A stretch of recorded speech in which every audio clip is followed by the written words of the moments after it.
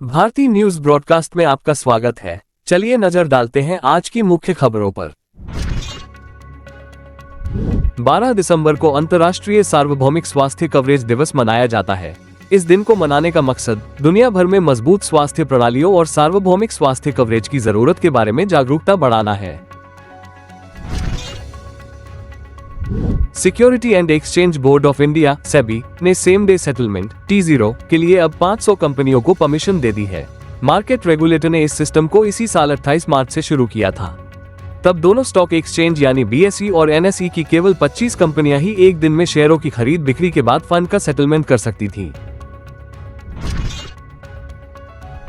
देश में वर्ष 2015 से 2023 तक टीबी की घटनाओं में 17.7% की उल्लेखनीय गिरावट आई है। विश्व स्वास्थ्य संगठन की वैश्विक क्षय रोग रिपोर्ट 2024 के अनुसार ये दर वैश्विक औसत गिरावट 8.3% से दोगुनी है। इसके अलावा पिछले 10 वर्षों में भारत में टीबी के कारण होने वाली मौतों में भी 21.4% की उल्लेखनीय कमी आई है। S&P ग्लोबल रेटिंग्स ने मंगलवार को कहा कि वित्त वर्ष 25 में भारतीय अर्थव्यवस्था 6.8% की दर से बढ़ सकती है। वहीं वित्त वर्ष 26 में ये दर 6.9% रहने का अनुमान है। इसकी वजह मजबूत शहरी उपभोग, सर्विस सेक्टर की स्थिर वृद्धि दर और इंफ्रास्ट्रक्चर में निवेश बढ़ना है। वन नेशन वन सब्सक्रिप्शन योजना की शुरुआत 1 जनवरी से होने जा रही है।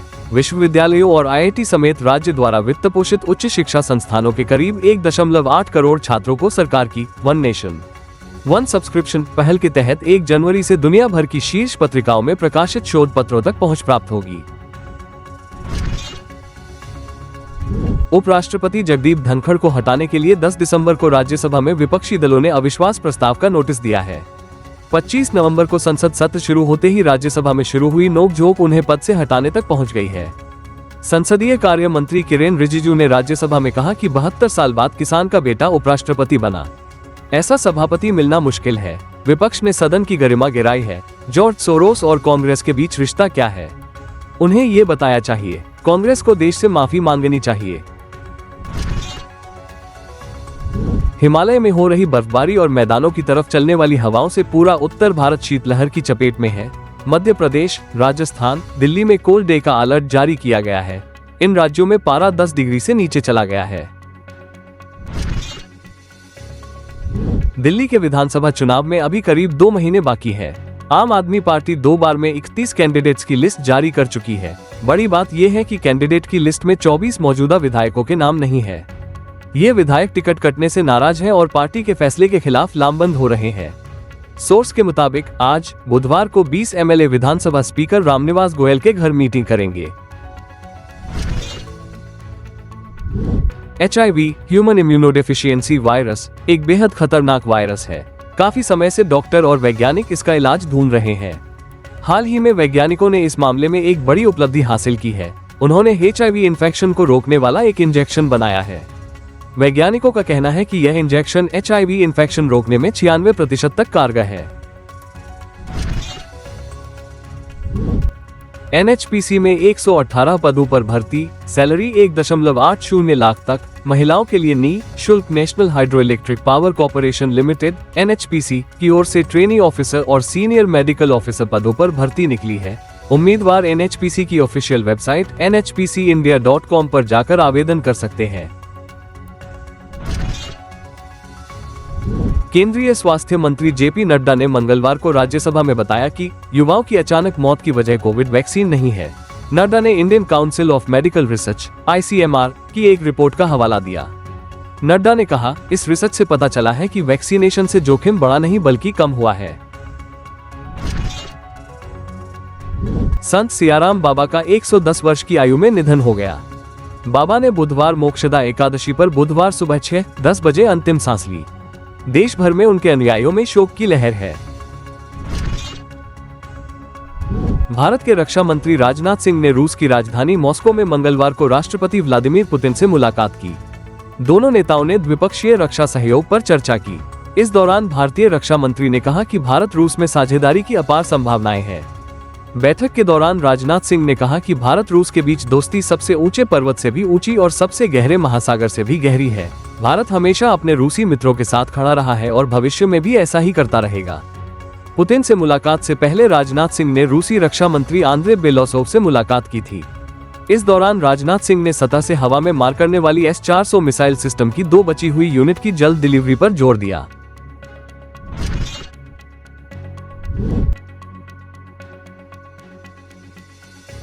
सोने चांदी के दाम में आज बढ़त देखने को मिली है।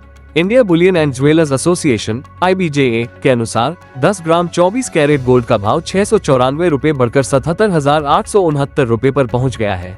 इससे पहले सोने की कीमत 77,175 रुपए प्रति 10 ग्राम थी। वहीं चांदी के दाम में आज मामूली तेजी रही। ये 28 रुपए बढ़कर 92,838 रुपए प्रति किलो पर पहुंच गई। इससे पहले चांदी 92,810 रुपए पर थी। इनकम टैक्स डिपार्टमेंट के permanent account number pan 2.0 project को मंजूरी मिल चुकी है। मकसद पैन के इस्तेमाल को और सुरक्षित बनाना है। इसके जरिए ऑथेंटिकेशन आसान होगा। नए पैन में एक QR कोड है जिसे स्कैन करके आसानी से वेरिफिकेशन किया जा सकेगा। गोरखपुर में कोरोना वायरस भले ही नियंत्रण में हो, लेकिन इसका खतरा खत्म नहीं हुआ है। गोरखपुर के क्षेत्रीय आयुर्विज्ञान अनुसंधान केंद्र RMRC के एक अध्ययन ने चौंकाने वाला खुलासा है। ये रिपोर्ट 10 दिसंबर को सामने आई है। रिसर्च में पाया गया है कि SARS-CoV-2 कोरोना वायरस बच्चों के फेफड़ों में रहकर उन्हें निमोनिया का शिकार बना रहा है। 28 बच्चों में कोरोना वायरस का संक्रमण मिला है, जबकि 29 बच्चों में स्वाइन फ्लू कोष्ठक H1N1 के लक्षण पाए गए। New India assurance company limited (NIACL) में असिस्टेंट की भर्ती निकली है। उम्मीदवार ऑफिशियल वेबसाइट newindia.co.in पर जाकर आवेदन कर सकते हैं। Vishal mega mart limited, One MobiKwik systems limited और साई लाइफ साइंसेज लिमिटेड के इनिशियल पब्लिक ऑफर यानी IPO कल ओपन हो गए हैं। रिटेल निवेशक तीनों IPO के लिए 13 दिसंबर तक बोली लगा सकते हैं। 18 दिसंबर को कंपनी के share Bombay stock exchange BSE और नेशनल स्टॉक एक्सचेंज NSE पर लिस्ट होंगे। चुनाव आयोग ने मंगलवार को बताया कि महाराष्ट्र विधानसभा चुनाव में EVM वोटों से VVPAT, VVPAT पर्चियों के मिलान में कोई गड़बड़ी नहीं मिली है।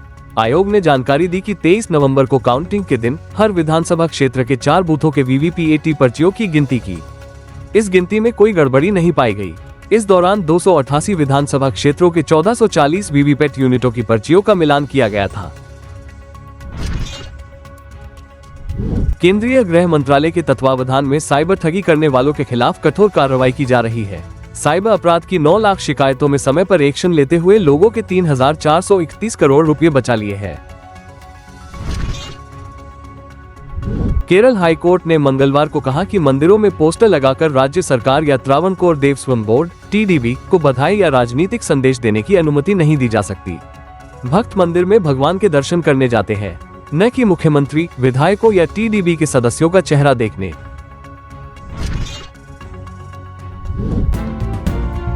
ऐसी और ताज़ा खबरों के लिए हमारे चैनल BNB को सब्सक्राइब करें और इस वीडियो को लाइक और शेयर करें। धन्यवाद।